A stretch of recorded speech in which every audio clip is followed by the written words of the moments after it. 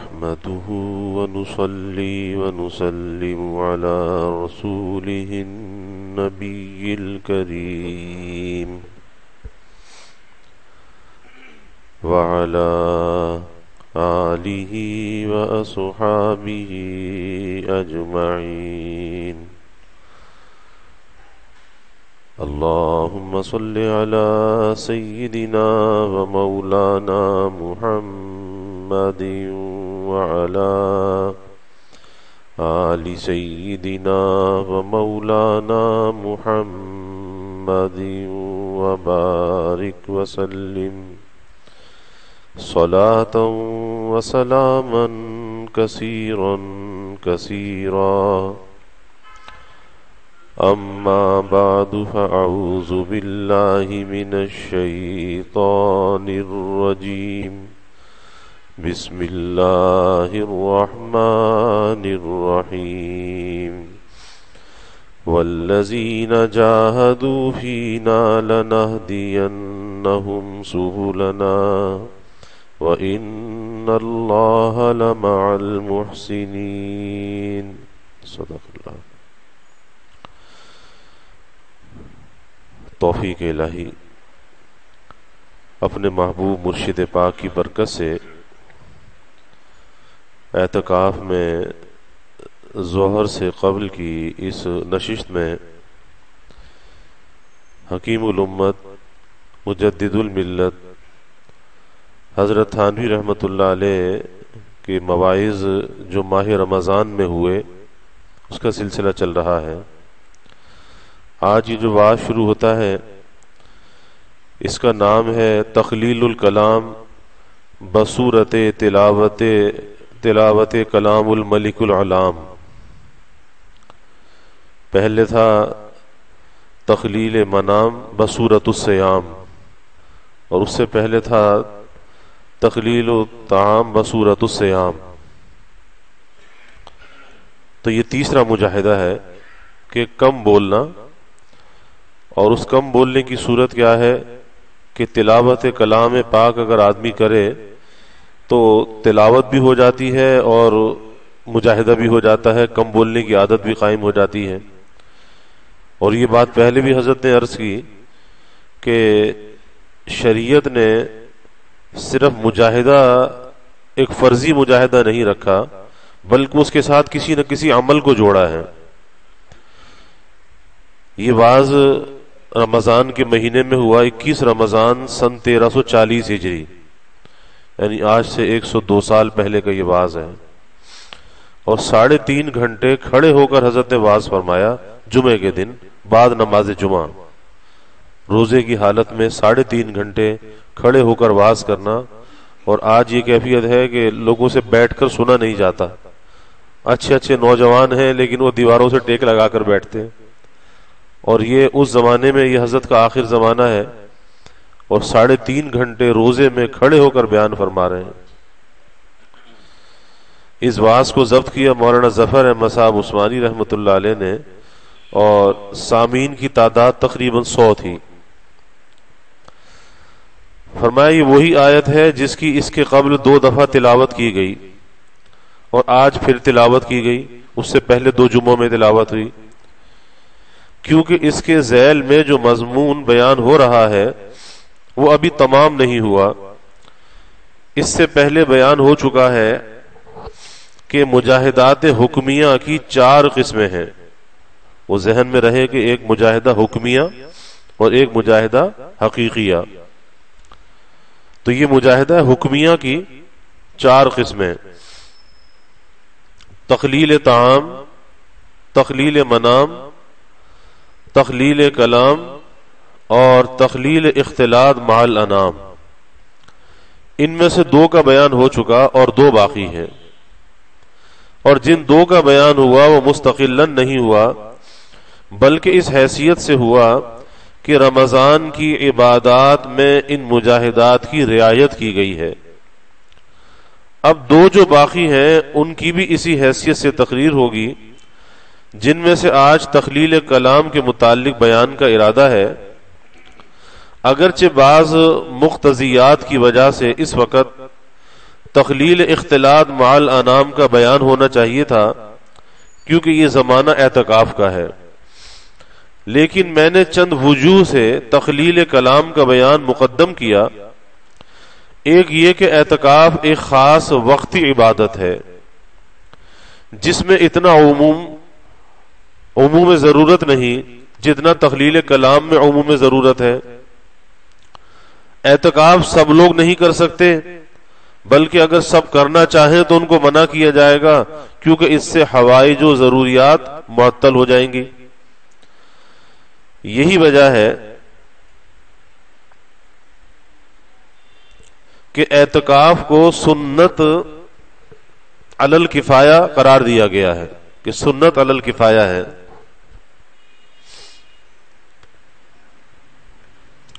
بستی بھر میں ایک آدمی اعتکاف کر لے تو کافی ہے، اور تکلیل کلام کے مخاطب تمام افراد ہیں فردن فردن، اور اس پر سب کے سب عمل کر سکتے ہیں، کیونکہ تکلیل کلام کی جو حقیقت آگے بیان کی جائے گی اس سے معلوم ہو جائے گا کہ اس پر سب کے عمل کرنے کی کسی ضرورت کا تعطل نہیں ہو سکتا۔ دوسرے، تخلیل کلام کی رعایت جس عمل کے ضمن میں کی گئی وہ عمل بھی بنسبت اعتکاف کے زیادہ عام ہے، چنانچہ آگے بیان کیا جائے گا کہ رمضان میں تلاوت قرآن کے ضمن میں تخلیل کلام کی رعایت کی گئی، اور ظاہر ہے کہ یہ عمل عام ہے تلاوت قرآن کرنے والوں کا، عدد معتکفین کی عدد سے بہت زیادہ ہے، یعنی معتکفین کی تعداد تو کم ہے اور جو باتیں کرنے والے لوگ ہیں ان کی تعداد تو بہت زیادہ ہے۔ پھر یہ عمل ہر شخص کو اور ہر وقت سہل ہے، آسان ہے، اور اعتکاف ہر ایک کو آسان نہیں، نہ ہر وقت ہو سکتا ہے۔ خود حضور صلی اللہ علیہ وسلم کا معمول بھی کثرت تلاوت کا تھا، اور اعتکاف اس کثرت سے نہ کیا جاتا تھا۔ تیسرے، خود قلت اختلاط اور قلت کلام میں فی نفسی ہی قلت کلام زیادہ ضروری ہے، کیونکہ قلت اختلاط اگر نہ بھی ہو مگر تخلیل کلام کی عادت ہو تو غوائل سے، خرابیوں سے بچ سکتا ہے، اور اگر تخلیل کلام نہ ہو تو محض قلت اختلاط سے، غوائل سے نہیں بچ سکتا۔ جو شخص زیادہ بک بک کرنے کا عادی ہوتا ہے وہ ایک ہی مجلس میں بہت باتیں گناہ کی کہہ ڈالتا ہے، ایک ہی مجلس میں، ایک ہی ملاقات میں۔ الغرض جن اعمال کے ضمن میں تخلیل کلام و تخلیل اختلاط کی رعایت کی گئی خود ان اعمال میں بھی تفاوت ہے، اور خود ان دونوں مجاہدوں میں بھی تفاوت ہے۔ ان وجوہ سے میں نے تخلیل کلام کے بیان کو مقدم کیا، لیکن مثل جمعہ گزشتہ کے اس وقت کے مضمون سابق کا کچھ تتمہ ذہن میں آ گیا، اور وہ دو تتمے ہیں جن کو پہلے بیان کر دینا مناسب ہے۔ میں نے پہلے بیان کیا تھا کہ شریعت نے محض ان مجاہدات پر اکتفا نہیں کیا بلکہ ان کے ساتھ ساتھ اعمال بھی منظم کر دیے ہیں، خالی مجاہدہ نہیں رکھا، اس کے ساتھ اعمال کو بھی جوڑا ہے، تاکہ معلوم ہو جائے کہ اصل مقصود اعمال ہیں، اور مجاہدات تسہیل اعمال کا ذریعہ ہے۔ عمل میں سہولت پیدا کرنے کے لیے مجاہدہ کیا جاتا ہے، ورنہ اصل ضرورت کس چیز کی ہے؟ اعمال کی ہے۔ بس اگر مجاہدے کا ثمرہ حاصل نہ ہو، یعنی کیفیات نہ ہو، اور اعمال موجود ہو تو کافی ہے۔ یہ بڑی اہم بات ہے کہ آدمی مجاہدہ کر کے کیفیت کا طالب ہوتا ہے، مزے کا طالب ہوتا ہے، لذت کا، شوق کا، اور اگر وہ چیز حاصل نہیں ہوتی تو پریشان ہو جاتا ہے، کہتے میرا تو مجاہدہ بیکار ہو گیا، میرے اندر تو کوئی ذوق و شوق پیدا نہیں ہوتا۔ نہیں، یہ دیکھنا چاہیے کہ ایسے وقت میں عمل موجود ہے، اگر عمل موجود ہے اسے مقصود حاصل ہے، اب چاہے کیفیت ہو یا نہ ہو، مزہ آئے یا نہ آئے، لیکن اسے مقصود حاصل ہے۔ تو مجاہدہ تسہیل اعمال کا ذریعہ ہے، اعمال میں سہولت پیدا کرنے کا ذریعہ ہے۔ بس اگر مجاہدے کا ثمرہ حاصل نہ ہو، یعنی کیفیات نہ ہو اور اعمال موجود ہوں تو کافی ہے۔ اور اگر اعمال نہ ہو تو کیفیات کافی نہیں. مثلا ایک شخص نماز پڑھتا ہے، روزہ رکھتا ہے، زکوٰۃ دیتا ہے، بیوی بچوں کے حقوق ادا کرتا ہے، حرام آمدنی سے بچتا ہے، کسی کا قرض لے کر نہیں مارتا، جھوٹ اور غیبت وغیرہ سے اجتناب کرتا ہے، مگر اس کو وہ ثمرات حاصل نہیں جو مجاہدے پر مرتب ہوا کرتے ہیں. مثلا غلبہ ذوق و شوق، یکسوئی وغیرہ، تو یہ شخص بے فکر رہے، اس کو مقصود حاصل ہے. یہ شخص بے فکر رہے، اس کو مقصود حاصل ہے. نظر کس پر ہونی چاہیے؟ مقصود پر ہونی چاہیے کہ مقصود حاصل ہے تو سب کچھ حاصل ہے. اور جو مفقود ہے، جو چیز نظر نہیں آ رہی، محسوس نہیں ہو رہی، وہ مقصود نہیں ہے. کیفیات، ذوق و شوق، وہ مقصود نہیں ہے. اس کا غم نہ کرے. اس پر شاید کسی کو یہ شبہ ہو کہ جب اعمال کافی ہیں اور غلبہ ذوق و شوق و یکسوئی وغیرہ کی ضرورت نہیں تو طریق باطن کی کیا ضرورت ہے؟ اب ایک سوال قائم کیا کہ طریق باطن کی پھر کیا ضرورت ہے؟ اعمال تو ہم ویسے بھی کر سکتے ہیں، تو اتنی بات کے لیے مشائخ کی خدمت اور مجاہدات و ریاضت اور اذکار و اشغال کی کیا ضرورت رہی؟ یہ تو بدو اس کے بھی ہو سکتا ہے. اس شبے والے نے مقصود طریق کو سمجھا ہی نہیں. یہ شخص محض کیفیات ہی کو مقصود طریق سمجھتا ہے.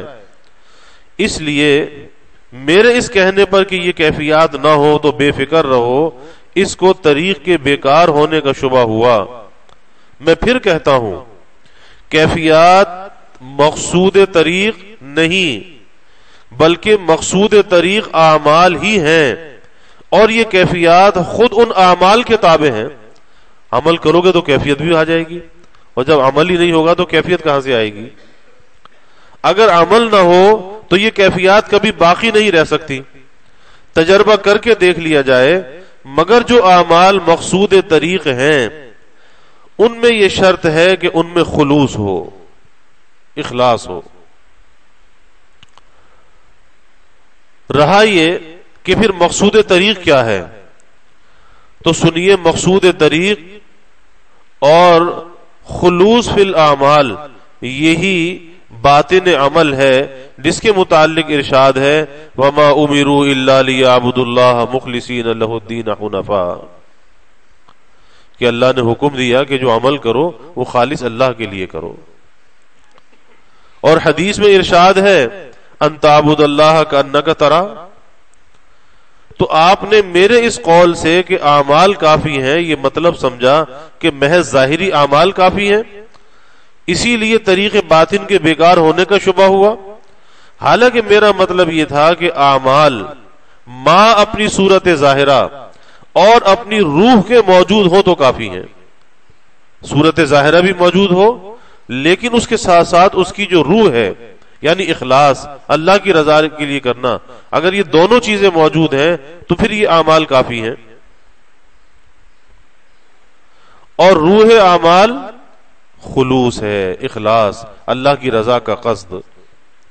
اور تجربے سے ثابت ہو چکا ہے کہ اس خلوص کے حصول میں طریق صوفیہ سے سہولت ہو جاتی ہے. علم باطن میں انہی طرق کا بیان ہوتا ہے اور اسی کے لیے مشائخ کی صحبت اختیار کی جاتی ہے اور اسی کے لیے اذکار و اشغال بتلائے جاتے ہیں. اسی خلوص میں کیفیات ذوق و شوق اور یکسوئی سے بھی سہولت ہو جاتی ہے.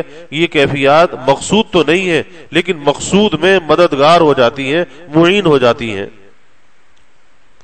لیکن خلوص ان پر موقوف نہیں. خلوص اس کے بغیر بھی حاصل ہو سکتا ہے، گو دقت اور مشقت سے ہی ہو، مگر ہو سکتا ہے اور طریق باطن سے یہ بسہولت حاصل ہو جاتا ہے.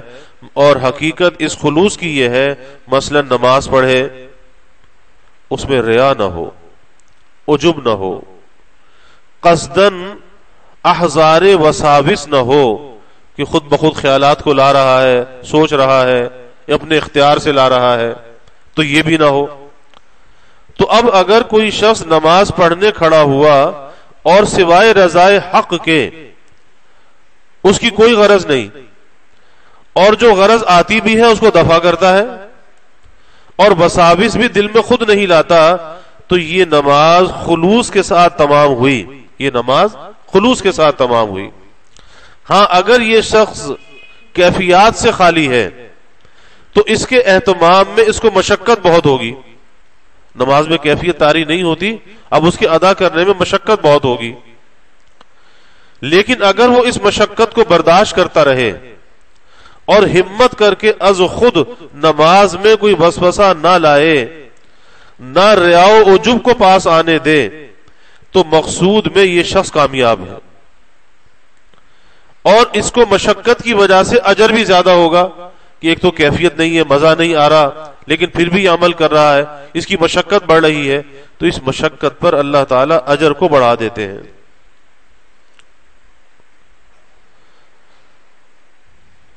لیکن اس مشقت کا روزانہ برداشت کرنا آسان نہیں. بعض دفعہ آدمی گھبرا جاتا ہے اور نفس کو ڈھیل دے دیتا ہے، تو نماز میں اول سے آخر تک وساوس ہی وساوس ہوتے ہیں. جہاں نفس کو ڈھیل دی وسوسے شروع ہو گئے، کبھی عجب بھی پیدا ہوتا ہے، ریا میں بھی مبتلا ہو جاتا ہے. سو طریق باطن کی تحصیل سے یہ مشقت باقی نہیں رہتی. پھر حضور سہل ہو جاتا ہے، یعنی استحضار حضور سہل ہو جاتا ہے، اور خلوص آسانی کے ساتھ حاصل ہو جاتا ہے. تو طریق باطن بیکار نہ ہوا، کیونکہ خلوص جو روح اعمال ہے وہ اس طریق سے بسہولت حاصل ہو جاتا ہے. تو اب میرا یہ دعویٰ ثابت ہو گیا کہ اعمال کافی ہیں اور مقصود ہیں، اور یہ بھی ثابت ہو گیا کہ طریق بیکار نہیں، مقصود میں معین ہے. اور برخلاف اس کے جب آدمی یہ عقیدہ کر لیتا ہے کہ کیفیات مقصود ہیں اور اعمال مقصود نہیں، تو اس پر دو مفسدے، دو خرابیاں مرتب ہوتی ہیں. ایسا تو کون ہوگا جو نماز کو مقصود نہ سمجھے؟ مگر مقصود بالذات اور بالعرض میں کلام ہے. بعض لوگ اعمال کو ان کیفیات کا وسیلہ سمجھتے ہیں، اس لیے عمل کرتے ہیں کہ مزہ آئے گا، لذت آئے گی، اس کا وسیلہ سمجھتے ہیں، اور مقصود بالذات کیفیات کو سمجھتے ہیں. اب ان کی یہ حالت ہے کہ نماز میں کیفیت حاصل ہوئی، جی لگا تو سمجھتے ہیں کہ آج نماز پڑھی، اور اگر جی نہ لگا تو سمجھتے ہیں کہ نماز ہی نہیں پڑھی، گویا کہ نماز بیکار گئی. مگر فرض کو ترک تو نہیں کرتے، فرائض کو تو گناہ کے خوف سے ادا کر لیتے ہیں، لیکن جو اعمال مندوب ہیں جیسے تلاوت و ذکر اور نوافل وغیرہ، ان کو تو چھوڑ ہی بیٹھتے ہیں، اس لیے کہ کیفیات نہیں ہے. چنانچہ تجربہ ہے، اکثر ذاکرین کی یہی حالت ہے کہ جب ذکر میں ان کا دل نہیں لگتا تو اس دن ان کے ذکر کا ناغہ ہو جاتا ہے اور وہ ناغہ کر دیتے ہیں. نوافل میں جی گھبرایا، ان کو چھوڑ دیا. یاد رکھو یہ حالت سخت خطرناک ہے، یہ حالت سخت خطرناک ہے. اگر تم جی لگنے کے ایسے ہی تابع رہو گے، جی لگنے کے ایسے ہی تابع رہو گے، تو شیطان تم کو ہمیشہ عبادات و ذکر سے روکتا رہے گا. جب وہ یہ دیکھے گا کہ یہ شخص کثرت وساوس سے پریشان ہو کر کام ہی چھوڑ دیتا ہے، تو وہ تمہارا پیچھا کبھی نہ چھوڑے گا اور تم کو اعمال سے معطل کر دے گا. ایسے وقت میں وہی شخص کام کر سکتا ہے جو کیفیات کو مقصود نہ سمجھے، عمل کو مقصود سمجھے. وہ ہر حالت میں کام کرے گا، خواہ دل لگے یا نہ لگے. ان لوگوں نے ایک شعر یاد کر رکھا ہے جس کو اکثر واعظین واعظ میں پڑھا کرتے ہیں، اور اس کو مولانا رومی رحمت اللہ علیہ کی طرف منسوب کرتے ہیں. بر زباں تسبیح و دل گاؤ خر، این چنی تسبیح کے دارد اثر، کہ دل کے اندر جو ہے وہ دنیا کے خیالات گاؤ خر، اور پھر وہ تسبیح بھی کر رہا ہے تو یہ تسبیح کیسے اثر کرے؟ مگر میرے علم میں یہ شعر مولانا کا نہیں ہے، مثنوی میں اس کا پتہ نہیں، غالباً بہاؤالدین عالمی کا شعر ہے اور وہ کوئی محقق نہیں۔ میرے نزدیک اس شعر کا مضمون بھی صحیح نہیں، بلکہ تجربے سے یہ ثابت ہوا کہ این چنی تسبیح ہم دارد اثر، کہ تسبیح جیسے بھی کی جائے، اللہ کا نام جیسے بھی لیا جائے، اثر کرتا ہے۔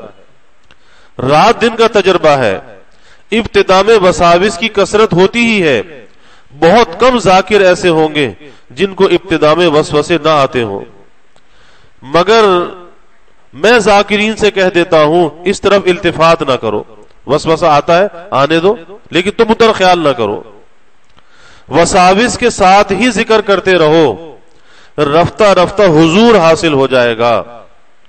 چنانچہ وہ ذکر مال وساوس ہی، وہ ذکر مال وساوس ہی، وساوس کے ساتھ ذکر کرنا ایک نہ ایک دن اپنا اثر دکھاتا ہے، اور زبانی تسبیح جو زبان سے کر رہا تھا، زبانی تسبیح اپنا رنگ لاتی ہے اور حضور میسر ہو جاتا ہے۔ بس میں کیسے مان لوں کہ وسوسے کے ساتھ ذکر نافع نہیں ہوتا؟ ہاں، اگر اس شعر میں یہ تعویل کی جائے کہ جو شخص ذکر کے وقت خود وساوس کو جمع کر کے لاتا ہے تو ایسا ذکر مؤثر نہیں، کیونکہ خود لے کر آ رہا ہے، کیونکہ زبان تو ذکر میں مشغول ہے، مگر اس صورت میں قلب اثر نہ ہوگا، یہ قلب کو از خود دوسری طرف متوجہ کر رہا ہے، تو ذکر کی طرف خاک توجہ ہوگی، اور جب ذکر کی طرف متوجہ ہی نہیں ہوتا تو قلب پر اثر کیسے ہوگا؟ لیکن اگر از خود وساوس نہیں لاتا بلکہ وساوس بلا قصد آتے ہیں،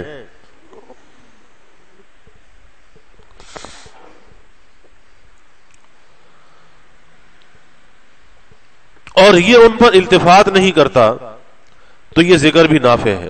کتنے ہی وسوسے آئے لیکن اپنے کام میں لگا رہے، بالآخر وہ ذکر کا فائدہ ہوتا ہے۔ یہ ذکر نافع بھی ہے اور مؤثر بھی ہے، اور اس صورت میں وہ قول صحیح نہیں بلکہ اس کی نقیض صحیح ہے، این چنی تسبیح ہم دارد اثر۔ اور اگر وساوس مطلقاً مضر ہوتے اور اثر سے مانے ہوتے تو حضور صلی اللہ علیہ وسلم سے جب صحابہ نے وساوس کی شکایت کی، یعنی اس وساوس مضر نہیں ہے، اس کا نقصان نہیں ہے، تو آپ صلی اللہ علیہ وسلم ان سے یہ کیوں فرماتے ذاک صریح الایمان؟ کیا تم کو وسوسے آنے لگے؟ آپ فرماتے ہیں کیا تم کو وسوسے آنے لگے اور تم نے ان کو اپنے اندر پا لیا؟ صحابہ سے سوال کیا، صحابہ نے عرض کیا کہ ہاں یا رسول اللہ صلی اللہ علیہ وسلم۔ آپ نے فرمایا کہ یہ تو خالص ایمان ہے، مطمئن رہو کہ چور وہاں آتا ہے جہاں خزانہ ہوتا ہے، تو ایمان کا خزانہ ہے، جبھی تو یہ وساوس آ رہے ہیں، شیطان پیچھے لگا ہوا ہے، تو خوش ہونا چاہیے، تو مطمئن رہو یہ خالص ایمان ہے۔ جو لوگ ذکر میں جی نہ لگنے سے ذکر چھوڑ بیٹھتے ہیں، معلوم ہوتا ہے کہ ان کو خدا سے تعلق ہی نہیں اور اس کی طلب ہی نہیں، ورنہ صاحب بھوکا آدمی کھانا سامنے آنے کے بعد یہ نہیں دیکھا کرتا اس میں نمک ہے یا نہیں، بھوکے کو مزے سے کیا بحث، اسے تو کھانے سے کام۔ ہاں، جس کا پیٹ بھرا ہوا ہو اس کو یہ نخرے سوچتے ہیں، اگر مزہ آیا تو کھا لیا، مزہ نہ آیا تو چھوڑ دیا، الگ ہو گیا۔ بس تم کو بھی اگر طلب اور بھوک ہوتی تو تم مزے کو ہرگز نہ دیکھتے، بلکہ تمہارا مذاق یہ ہوتا فراق و وصل چہ باشد رضائے دوست طلب، کہ حیف باشد از غیرو او تمنائے۔ صاحب یہ تو خدا تعالی کی طرف سے تمہارا امتحان ہے، یہ لذت کا کیفیت کا ہونا نہ ہونا یہ اللہ کی طرف سے تمہارا امتحان ہے، کہ ذکر میں لذت کے طالب ہو یا ہمارے طالب ہو، کس کے طالب ہو، اللہ کے طالب ہو یا لذت کے طالب ہو، کس کے لیے ذکر کر رہے ہو؟ اگر تم کو خدا سے تعلق اور عشق ہوتا اور اسی کی طلب ہوتی تو پھر یہ حال ہوتا، گر مرادت را مذاق شکر است، یعنی یہ مسلم لیکن بے مرادی نے مراد دل برست، افسوس تم محبوب کی مراد پر اپنی مراد کو مقدم کرتے ہو۔ وہ محبوب تو یہ چاہتا ہے کہ بغیر لذت کے تم کام کرو، تو اس کی مراد تو یہ ہے، اور تمہاری مراد یہ ہے کہ لذت آئے، اور لذت نہیں آتی تو کام کو چھوڑ دیتے ہو، تو اس کی مراد پر اپنی مراد کو مقدم کرتے ہو۔ ارے جب وہ یہی چاہتے ہیں کہ وساوس کے ساتھ ہی ہمارا ذکر کرو، تو تم وساوس سے خالی ہونا کیوں چاہتے ہو؟ کیوں چاہتے ہو؟ اور ذکر کے لیے اس انتظار میں کیوں ہو کہ جی لگے، ذوق و شوق ہو؟ بس زبوں وسوسہ باشی دلا، گر طرب را باز دانی از بلا۔ تو جو شخص طرب اور تاب میں فرق سمجھے وہ ابھی تک وسوسہ نفسانی کا شکار ہے۔ ذاکر کو ہر حال میں اپنا کام کرنا چاہیے، خواہ طرب ہو یا تاب ہو، مشقت کتنی بھی ہو۔ یہ شخص اس کو فراق سمجھتا ہے کہ لذت میں کمی ہو گئی، اس کو سمجھتا ہے کہ دوری ہے، سمجھتا ہے مردود ہو گیا۔ ارے کیا کیفیت خدا ہے جس کے زوال سے یہ سمجھتا ہے کہ میں خدا سے دور ہو گیا؟ جب یہ کیفیت خدا نہیں تو پھر اس کے طالب کیوں ہوتے ہو؟ طالب خدا ہو کر غیر پر نظر، کیونکہ کیفیات بھی تو مخلوق ہیں، تو مخلوق کے طالب کیوں بنتے ہو؟ طالب خدا ہو کر غیر پر نظر۔ افسوس کی بات ہے شاید یہاں کوئی ذہین یہ شبہ کرے کہ رضائے خدا کیا ہے، ظاہر ہے کہ خدا نہیں، تو پھر تم رضا کے طالب کیوں ہو؟ اب یہ عجیب اشکال ہے، تو پھر رضا کے طالب کیوں ہو؟ تم بھی طالب غیر خدا ہوئے۔ اس شبے کا جواب یہ ہے کہ رضا گو عین خدا نہیں مگر غیر بھی نہیں، کیونکہ رضا صفات الہیہ میں سے ہے، رضا صفات الہیہ میں سے ہے، اور صفات لا عین لا غیر ہے۔ یہ تو اجمالی جواب ہے جو اہل علم کے مناسب ہے، اور تفصیلی جواب یہ ہے کہ طلب خدا کی تفسیر یہی ہے، طلب خدا کی تفسیر یہی ہے کہ رضائے خدا کو طلب کرو۔ ابتغاء وجہ اللہ کے معنی یہی ہے کہ ابتغاء مرضات اللہ۔ چنانچہ حق تعالی ایک مقام پر تو یریدون وجہہ فرماتے ہیں، اور دوسرے مقام پر ارشاد ہے مثل الذین ينفقون اموالهم ابتغاء مرضات اللہ وتثبیتا من انفسهم کمثل جنۃ بربوہ۔ یہاں طلب رضا کا حکم ہے، تو معلوم ہوا کہ ابتغاء وجہ اللہ یہی ہے کہ رضائے الہی کا طالب ہو، اور راز اس میں یہ ہے کہ خدا تعالی کی طلب بدون واسطہ صفات کے دشوار ہے، اللہ کی طلب بغیر اس کی واسطہ صفات کے دشوار ہے، کیونکہ ذات کا نہ تصور ہو سکتا ہے، اللہ کی ذات کا کون تصور کر سکتا ہے؟ تو ذات کا نہ تصور ہو سکتا ہے نہ اس کا حصول ہو سکتا ہے۔ ذات کا تصور جب ہوگا صفات ہی کے واسطے سے ہوگا، ذات کا تصور جب ہوگا صفات ہی کے واسطے سے ہوگا، اور بلا واسطہ یعنی تصور بالکنا کہ ان کی ذات کا تصور ہو جائے، اس ذات کا تصور محال ہے۔ مولانا روم رحمت اللہ علیہ فرماتے ہیں در تصور ذات اور راگنج کو تا در آیا در تصور مثل ہو۔ اسی واسطے عراقی اور غزالی نے ایک روایت نقل کی جس کی تخریج عراقی نے ابو نعیم اور اصبہانی نے سے کی ہے کہ خدا کی ذات میں تفکر نہ کرو، اس کی ذات میں غور نہ کرو، تم اس کا احاطہ نہیں کر سکو گے۔ تو جس ذات کا تصور بالکنا محال ہے اس کی طلب بلا واسطہ کیوں کر ہو سکتی ہے؟ پس رضا کی طلب یہی طلب خدا ہے، اللہ کی رضا کی طلب خدا کی طلب ہے، اور اس کے لیے جس کام سے رضا حاصل ہو وہ کام اس کرنا چاہیے، اور اسی کی طلب کا امر بھی ہے۔ اگر یہ کہو کہ جنت کی طلب کا بھی تو امر ہے تو وہ یقیناً غیر خدا ہے، اور تو طلب غیر خدا جائز ہوئی، تو پھر کیفیات کی طلب میں کیا حرج ہے؟ اگر وہ طلب رضا کے برابر نہیں تو طلب جنت ہی کے مثل صحیح، اس کا جواب یہ ہے کہ اول تو جنت کی طلب کا امر درجہ مقصودیت میں نہیں ہے، بلکہ اس کا امر بھی طلب رضا ہی کے لیے ہے کہ جنت چونکہ محل رضا ہے، اللہ کی رضا کا مقام ہے اور رضا مقصود ہے، اس لیے محل بھی طلب کرنا چاہیے۔ پس محل رضا کی طلب حقیقت میں رضا ہی کی طلب ہے، اور اس کی دلیل یہ حدیث ہے، اللہم انی اسألک رضاک والجنہ واعوذ بک من سخطک والنار۔ اس میں حضور صلی اللہ علیہ وسلم اول رضا کو طلب فرماتے ہیں، پھر جنت کو، کیونکہ وہ محل رضا ہے، اور اول غضب الہی سے پناہ مانگی ہے، پھر جہنم سے، کیونکہ وہ محل غضب ہے۔ اس حدیث نے مطلع صاف کر دیا کہ اصل مقصود رضا ہے، اور جنت مقصود بذات نہیں بلکہ محل رضا ہونے کی وجہ سے مطلوب ہے۔ اسی کو مولانا روم رحمت اللہ علیہ فرماتے ہیں، بے تو جنت دوزخ است اے دل ربا، اور فرماتے ہیں باتو دوزخ جنت است اے جاں فضا۔ غرض جنت مقصود بذات تو نہیں سمجھا جاتا، بخلاف کیفیات کے کہ اکثر ذاکرین ان کو مقصود بذات سمجھتے ہیں۔ چنانچہ جینے لگنے کے وقت عمل کو چھوڑ دینا یا ذکر میں کمی کر دینا اس کی علامت ہے۔ اس پر مجھے انکار ہے، باقی میں کیفیات کو بیکار تو نہیں کہتا، ان سے عمل میں سہولت ضرور ہوتی ہے، لیکن اگر وہ نہ ہو تو عمل کیوں چھوڑا جائے؟ سہولت سے نہ صحیح تو صعوبت ہی سے کر لے، مشقت ہی سے کر لے۔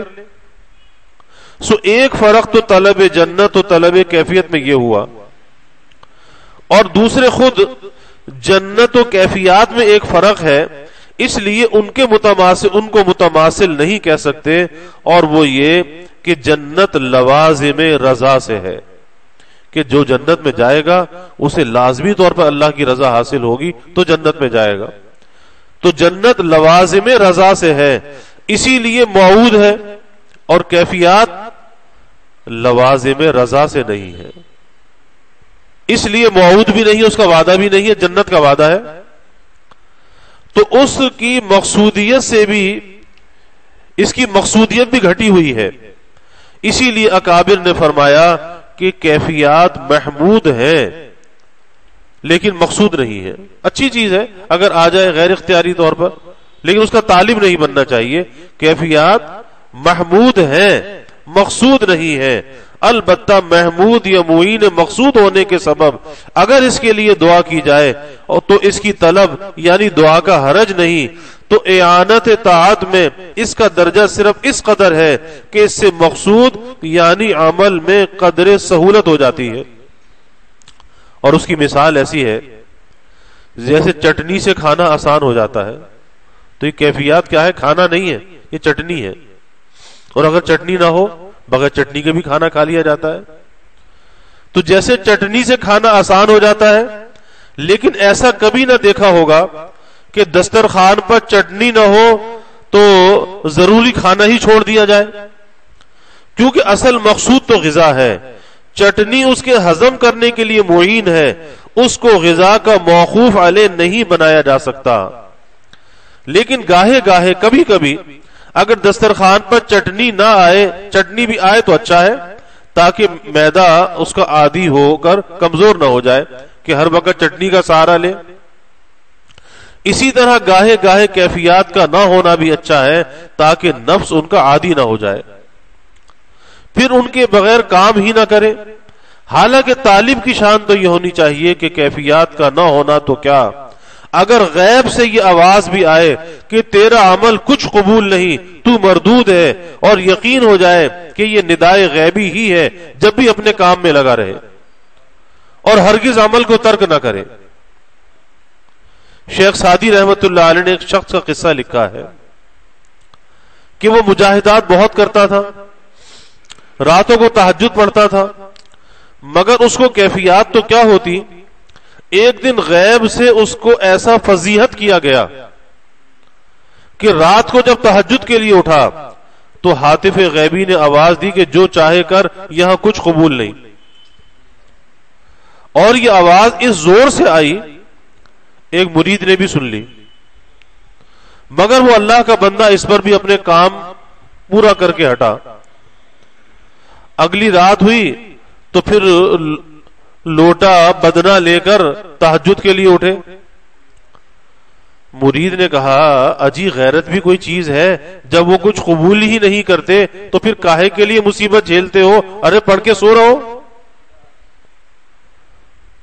مرید کی اصلی رائے یہ نہ تھی کہ شیخ کام چھوڑ دے، بلکہ اپنی محسن کی حالت پر اس کا جی کوڑا. اتنی مشقت کرتے ہیں، آدھی رات کو اٹھ جاتے ہیں، اور جب وہاں سے آواز آتی ہے قبول ہی نہیں ہے تو پھر کیوں مشقت کرتے ہیں؟ اس لیے یہ بات اس کے منہ سے نکل گئی. اس کو اپنے شیخ کی حالت پر رنج تھا. اب شیخ کا جواب سنیے. واقعی طالب ایسے ہوتے ہیں نہ کہ آج جیسے کہ ایک دن نماز میں جی نہ لگا تو نہ تہجد ہے نہ ذکر ہے. اس شیخ نے کہا کہ بیٹا یہ تو معلوم ہے کہ وہ کچھ قبول نہیں کرتے، یہ تو معلوم ہے وہ کچھ قبول نہیں کرتے، مگر اس کے سوا میرے لیے کوئی دوسرا دروازہ بھی تو نہیں ہے. اس کے سوا میرے لیے کوئی دوسرا دروازہ بھی تو نہیں ہے کہ ان کو چھوڑ کر وہاں چلا جاؤں. میرے لیے تو بس ایک یہی در ہے اور اسی پر جان دوں گا، چاہے وہ قبول کرے یا رد کرے. بس اسی در پہ جان دے دوں گا، قبول کرے یا رد کرے. بس اس پر رحمت الہی کو جوش آ گیا اور دوبارہ ندا آئی، قبول است گرچہ ہنر نیست. قبول ہے چاہے تمہارے عمل میں کوئی کمال نہیں ہے، کوئی ہنر نہیں ہے. قبول است کس وجہ سے کہ جز ما پناہ دیگر نیست، کہ تمہاری نظر صرف ہم پر ہے اس لیے قبول کر لیتے ہیں، چاہے تمہارے عمل میں کوئی ہنر ہے، کمال ہے یا نہیں ہے. تو اب بھی ایک چرکا لگا دیا کہ ہنر تو کچھ نہیں، مگر اس لیے قبول کر لیا کہ ہمارے سوا تیرے لیے کوئی پناہ نہیں ہے، اس لیے قبول کر لیا. مگر اس چرکے کا مزہ اس شاخ کے دل سے پوچھو. ان کو اس پر بھی وجد آتا ہے اور وہ یوں کہتے ہیں، بدم گفتی و خرب سندم افاق اللہ نگو گفتی، جواب تلخ می زبی لب لال شکر خارا. ایک بزرگ کا قصہ لکھا ہے کہ جب وہ ذکر کے لیے بیٹھتے تو یہ آواز آتی، تو کچھ ہی کر مگر کافر ہو کر مرے گا. تو کچھ ہی کر مگر کافر ہو کر مرے گا. بڑے پریشان ہوئے. لیکن شیخ بڑی نعمت ہے، اللہ والوں کا دامن بڑی نعمت ہے. ان کے شیخ زندہ تھے، جا کر حال عرض کیا. شیخ نے فرمایا کہ اس آواز پر کچھ خیال نہ کرو، یہ دشنام محبت ہے. محبت میں تو تانا دیا جاتا ہے نا، تو یہ دشنام محبت ہے. ان کی عادت ہے کہ عاشقوں کو یوں ہی پریشان کیا کرتے ہیں. تم کام کیے جاؤ مگر وہ دشنام غلط نہیں ہوتی. رسول اللہ صلی اللہ علیہ وسلم اپنے مزاح کے متعلق فرماتے ہیں کہ میں مزاح کرتا ہوں مگر مزاح میں بھی سچی بات ہی کہتا ہوں. تو حق تعالی کی دشنام تو کیوں کر غلط ہو سکتی ہے؟ بات یہ ہے کہ یہاں کافر کے معنی مشہور یعنی کافر باللہ مراد نہ تھے، اور ان بزرگ نے معنی مشہور سمجھ کر ہی پریشانی ظاہر کی، بلکہ یہاں کافر سے کافر بھی طاغوت مراد ہے، کفر کا کافر، کفر کو نہ ماننے والا. چنانچہ یہ اطلاق قرآن شریف میں بھی وارد ہے، وَمَن يَكْفُرْ بِالطَّاغُوتِ وَيُؤْمِن بِاللَّهِ، اور یہ معنی اچھے ہیں مگر گول مول لفظ تھا اس لیے وہ بیچارے پریشان ہو گئے. اور ایسی باتیں اس لیے فرما دیا کرتے ہیں، اس سے طالب کا امتحان ہوتا ہے، امتحان ہوتا ہے کہ دیکھیں اب بھی کام میں لگا رہتا ہے یا چھوڑ کر الگ ہو جاتا ہے. مگر یہ امتحان اپنے دیکھنے کے لیے نہیں، ان کو تو سب معلوم ہے، ان کو تو سب معلوم ہے، اپنے دیکھنے کے لیے نہیں بلکہ دکھلاتے ہیں. دکھلاتے ہیں کن کو؟ ان کو جنہوں نے انسان کے متعلق کہا تھا کہ آپ زمین پر ایسے لوگوں کو خلیفہ بناتے ہیں جو اس زمین پر فساد اور خون ریزی کریں گے. فرشتوں نے اعتراض کیا تھا. ان کو دکھلاتے ہیں کہ دیکھ لو یہ مفسد کس شان کے ہیں، جن کو تم کہتے تھے فساد کریں گے، یہ کس شان کے ہیں. اور یہ ہمارے کیسے طالب ہیں. اور اسی لیے تبدیل ملائکہ کا وقت نماز کا وقت رکھا گیا ہے. حدیث میں آتا ہے کہ ملائکہ کی تبدیلی صبح اور عصر کی نماز کے وقت ہوتی ہے، تاکہ ہر دن جا کر عرض کریں ربنا آتیناہم وہم یصلون، کہ اے پروردگار ہم نے جا کر بھی تیرے بندوں کو نماز میں مشغول پایا اور آتے ہوئے بھی نماز ہی میں چھوڑا. وہ بیچارے گواہی دیتے دیتے تھک گئے کہ صبح بھی گواہی شام بھی گواہی، تو گواہی دیتے دیتے بھی تھک گئے ہوں گے، مگر پیچھا نہیں چھوڑا گیا. روزانہ ان سے سوال ہوتا ہے کہ ہمارے بندوں کو کس حال میں چھوڑا. پھر عید، بقرعید اور عرفات کے موقع پر حق تعالی مسلمانوں کے اجتماعی عبادات پر فرشتوں کے سامنے مباحات فرماتے ہیں کہ دیکھو میرے بندے جوخ جوخ کیسے چلے آتے ہیں. اور جب مجالس واعظ میں جمع ہوتے ہیں تو فرماتے ہیں کہ دیکھو یہ مجھے کیسا پکار رہے ہیں، یہ مجھے کیسا چاہتے ہیں. فرشتے عرض کرتے ہیں یہ آپ کی رضا اور جنت کی طلب کرتے ہیں اور آپ کے غصے اور غضب سے جہنم سے پناہ مانگتے ہیں. حق تعالیٰ فرماتے ہیں کہ تم گواہ رہو، میں نے ان کو بخش دیا اور جو یہ مانگتے ہیں میں نے عطا کیا. اللہ اللہ، ہماری ذرا سی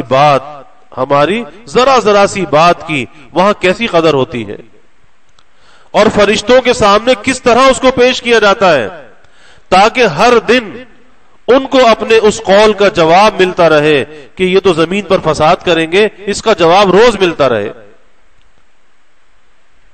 الغرض کبھی کیفیات میں اس لیے کمی کر دی جاتی ہے تاکہ طالب کا امتحان ہو اور اس امتحان سے اس کے اندر پستی پیدا ہو. عبادت کے بعد بڑائی نہ آئے، عجب نہ آئے، اس کے اندر پستی پیدا ہو، عاجزی پیدا ہو، اپنے عمل کو کچھ نہ سمجھے بلکہ نظر اس کی اللہ پر ہو. کیونکہ اس کو مشاہدہ ہو جاتا ہے کہ میرے اختیار میں کوئی چیز نہیں، سب کچھ حق تعالیٰ کے اختیار میں ہے. اور پستی وہ چیز ہے جس سے معیت الہی بہت جلد حاصل ہو جاتی ہے. حدیث قدسی ہے کہ میں ان لوگوں کے پاس ہوں جن کے دل ٹوٹے ہوئے ہیں، میں ٹوٹے ہوئے دلوں میں ہوتا ہوں. اس سے معلوم ہوا کہ جس طرح کیفیات کا ہونا نعمت ہے اسی طرح کسی وقت ان کا بند ہو جانا بھی رحمت ہے. کیفیات کا ہونا نعمت اور کیفیات کا بند ہو جانا رحمت، کیونکہ سلب کیفیات سے شکستگی قلب حاصل ہوتی ہے اور یہ شکستگی ترقی کا سبب ہے. بس سالک کو کیفیات کے ہونے نہ ہونے کی پرواہ نہ کرنا چاہیے. جو شخص کیفیات ہی کے مزے میں پڑ جاتا ہے اس کی ایسی مثال ہے جیسے ایک شخص سفر کر رہا ہو اور کسی خاص منزل پر پہنچنا چاہتا ہو. راستے میں گرمی دوپہر کے وقت اسے ایک دریا ملا اور یہ اس میں جا گھسا تو وہاں ٹھنڈک پہنچی. اب یہ اس میں سے نکلنا ہی نہیں چاہتا، ٹھنڈ کی وجہ سے اسی میں رہنا چاہتا ہے، تو ظاہر ہے اس صورت میں راستہ طے نہیں کر سکتا اور نہ یہ شخص منزل پر پہنچ سکتا ہے. اس کے ساتھ ایک رفیق بھی تھا، وہ دریا سے پار ہو گیا اور اس کو پکار رہا ہے کہ بھائی جلدی آ جا. یہ کہتا ہے کہ میں تو دریا ہی میں رہوں گا. اس نے آ کر اس کا ہاتھ پکڑ کر نکال دیا. اب خشکی میں آ کر اسے پھر پیاس اور گرمی معلوم ہوئی تو دریا کو یاد کر کے روتا ہے کہ ہائے میں وہاں سے کیوں نکال دیا گیا. تو رفیق کہتا ہے کہ کمبخت تو دریا میں سے نکل کر منزل مقصود کے قریب ہو گیا، اگر وہیں رہتا تو منزل پر کبھی نہ پہنچتا. اسی طرح سالک، اللہ کے راستے میں چلنے والا، سالک کے لیے گاہے گاہے کیفیات کا پیش آنا اسی لیے ہے تاکہ کسی قدر کلفت سفر ختم ہو جائے. سفر کی جو مشقت ہے، راستہ طے کرنے کی مشقت ختم ہو جائے اور شدت کے بعد راحت مل جائے تاکہ آئندہ کے لیے ہمت تازہ ہو جائے. لیکن اگر وہ اسی راحت میں رہنا چاہے، جیسے وہ دریا سے نکلنا نہیں چاہتا تھا، اسی راحت میں رہنا چاہے تو یقیناً راستے ہی سے رہ جائے گا اور مقصود تک نہ پہنچے گا تو تم کو کیفیات دے کر پھر سلب اس واسطے کرتے ہیں تاکہ تم کو آگے بڑھائیں، نہ اس لیے کہ نیچے گرائے. سلب کرنا نیچے گرانے کے لیے نہیں، آگے بڑھانے کے لیے ہے. مگر تم رو رہے ہو کہ ہائے میری کیفیات کیا ہوئی، میں تو انہی میں رہتا. اس شخص کا وہ حال ہے جیسے کسی نے گدھے کو دیا تھا نمک. کسی نے گدھے کو دیا تھا نمک، اس نے کہا میری آنکھیں ہی پھوڑ دی. تو حق تعالیٰ تو تم کو آگے بڑھانا چاہتے ہیں مگر تم کیفیات میں پڑھ کر راستے ہی میں رہنا چاہتے ہو. ہمارے حضرت حاجی صاحب رحمت اللہ علیہ، یعنی حاجی امداد اللہ صاحب مہاجر مکی رحمت اللہ علیہ، جو کہ مجتہد فن اور مجدد وقت تھے، فرمایا کرتے تھے کہ یہ انوار و کیفیات حجاب نورانی ہے. حجاب نورانی حجاب ظلمانی سے اشد ہے. یعنی ایک تو وہ حجاب ہے جو گناہ کی وجہ سے ہوتا ہے، وہ تو حجاب ظلمانی ہے. لیکن ایک حجاب نورانی یہ ہوتا ہے کہ نیکی کر کر کیفیات طاری ہو گئی، اور کبھی اس کیفیت میں آدمی ایسا الجھ جاتا ہے کہ آگے بڑھنے سے رہ جاتا ہے، اس لیے اس کو حجاب نورانی کہتے ہیں کہ یہ بھی اس کے لیے رکاوٹ بن گئی. تو فرمایا کرتے تھے حضرت حاجی صاحب رحمت اللہ علیہ کہ حجاب نورانی حجاب ظلمانی سے اشد ہے. سالک کو یہ سب حجابات پشے پش ڈالنا چاہیے، ان کی طرف ہرگز التفات نہ کرے. کیونکہ جس شخص کو بادشاہ سے ملنا ہے، جس شخص کو بادشاہ سے ملنا ہے، وہ نہ بھنگیوں کے مکان پر ٹھہرتا ہے نہ عطاروں کی دکان پر ٹھہرتا ہے. اسے تو بادشاہ کے پاس پہنچنا ہے. نہ بھنگیوں کے مکان پر ٹھہرتا ہے نہ عطاروں کی دکان پر ٹھہرتا ہے، بلکہ سیدھا تخت شاہی پر پہنچنا چاہتا ہے. تو حجاب ظلمانی تو بھنگیوں کے مکانات ہیں، گناہ اللہ کی نافرمانی، یہ تو بھنگیوں کے مکانات ہیں بدبودار. اور حجاب نورانی عطاروں کی دکانات ہیں. سالک کو کسی پر توقف نہ کرنا چاہیے، اس کو تو آگے چلتا رہنا چاہیے. مقصود وراء الورا ہے، مقصود بہت بلند ہے. اے برادر بے نہایت درگہیست، آنچے بروئے می رسی بروئے بالیست. اس بلا میں ہر زمانے میں لوگ مبتلا ہوئے کہ کیفیات کو مقصود سمجھ کر عمل کو ان کے تابع کرتے تھے. ذرا کیفیات میں کمی آئی، عمل کو ترک کر دیا. مثنوی میں مولانا روم رحمت اللہ علیہ نے ایک شخص کا قصہ لکھا ہے کہ وہ ذاکر شاغل تھا مگر اسے کچھ کیفیات وغیرہ حاصل نہ تھی. شیطان نے اسے بہکایا کہ کیا اندھیری کوٹری میں ٹکرے مارتا ہے، ادھر سے کچھ سلام نہ پیام نہ کیفیات نہ واردات. یہ عقل مند تہجد اور ذکر وغیرہ سب چھوڑ کر بیٹھ گیا، سب چھوڑ چھاڑ کر بیٹھ گیا. شیطان نے بہکایا کہ تو اندھیری میں خلوت میں تنہائی میں راتوں کو اٹھتا ہے، تہجد پڑھتا ہے، دعائیں کرتا ہے، اور وہاں سے نہ سلام ہے نہ پیام ہے نہ کوئی واردات ہے، کوئی کیفیات ہے. یہ سمجھا کہ واقعی ایسا ہی ہے، تو سب کچھ چھوڑ چھاڑ کر بیٹھ گیا کہ واقعی اتنے دن کام کرتے کرتے ہو گئے اور ادھر سے تو کوئی جواب ہی نہیں، رسید ہی نہیں ملتی. یہ شخص مراد کا مقام رکھتا تھا. بعض لوگ مراد ہوتے ہیں، کوئی مرید ہوتا ہے کوئی مراد ہوتا ہے. یہ مراد کا مقام رکھتا تھا.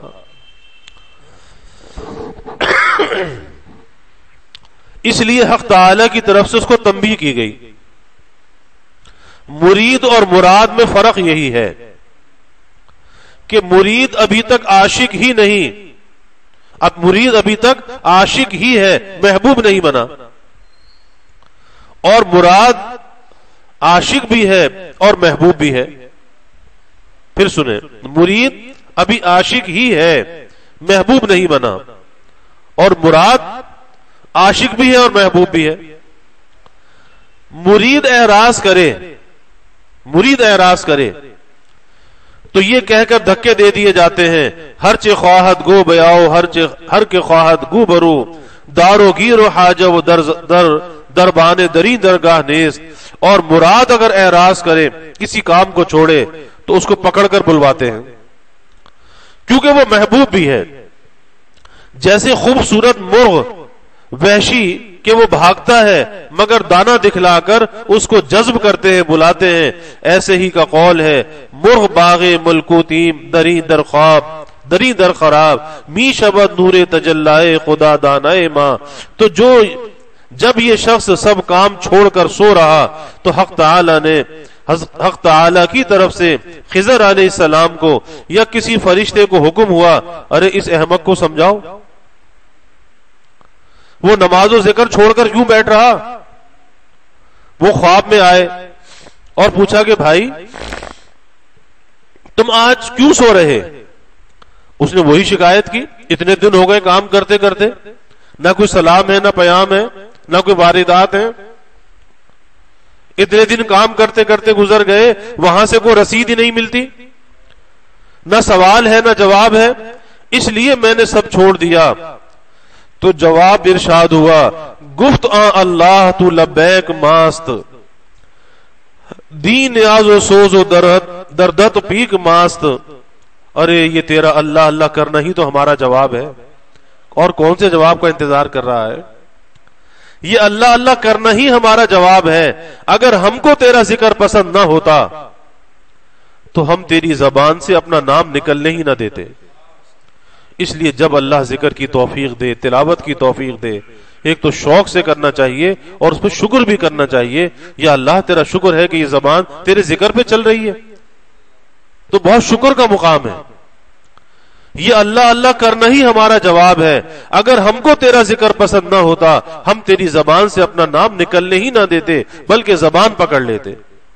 جس سے ایک دفعہ بھی اللہ نہ نکل سکتا، بس ایک بار اللہ کہہ کر جب دوبارہ اس نام کی توفیق ہوئی تو سمجھ لو کہ پہلا قبول ہو گیا، اور یہی دوسرا، یہ دوبارہ جو اللہ کہا یہی تو ہماری طرف سے جواب ہے، یہی تو نقد انعام ہے.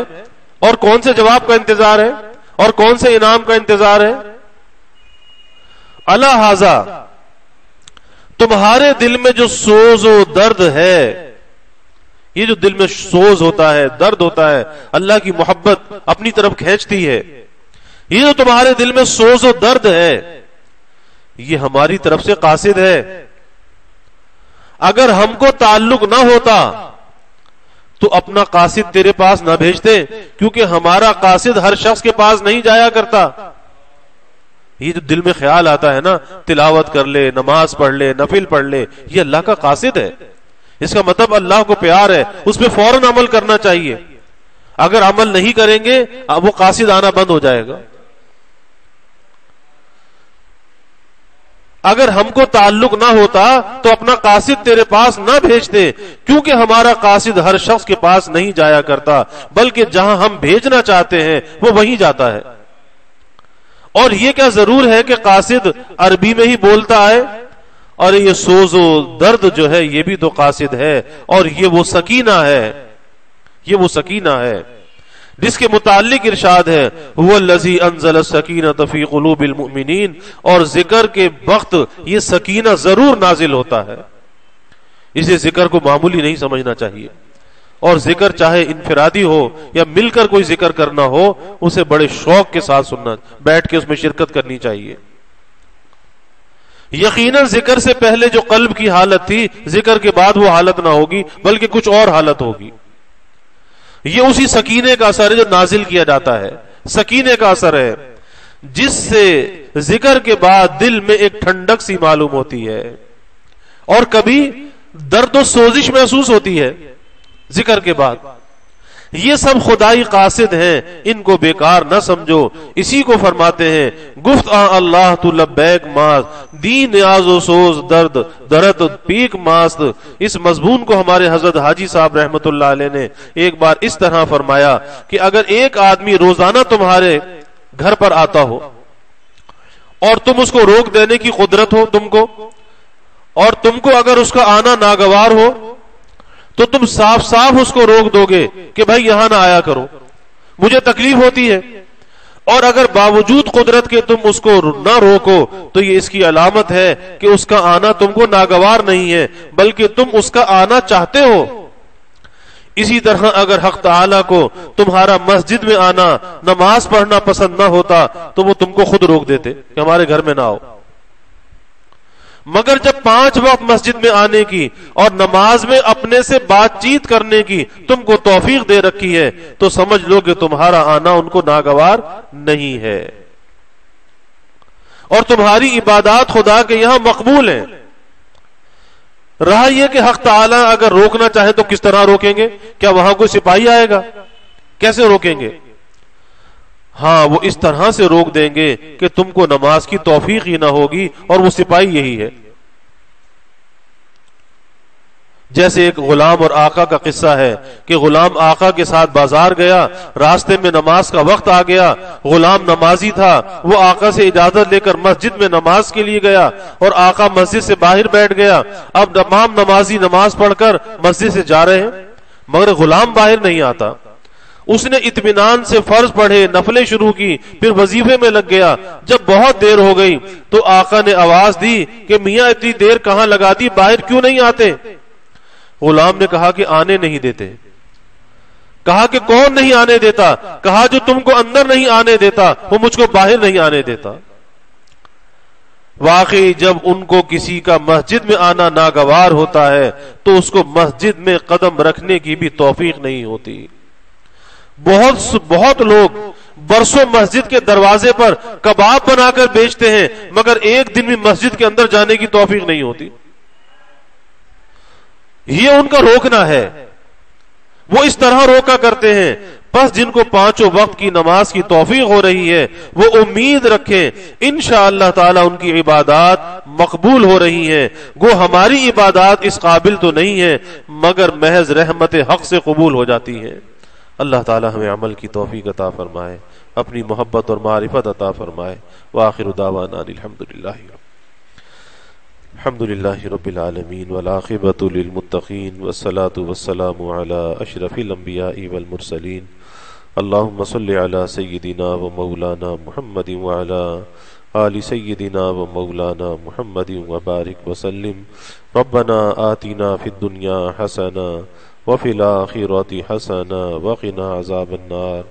ربنا اتمم لنا نورنا واغفر لنا انک علی کل شیء قدیر۔ اللہم اعنا علی ذکرک و شکرک و حسن عبادتک۔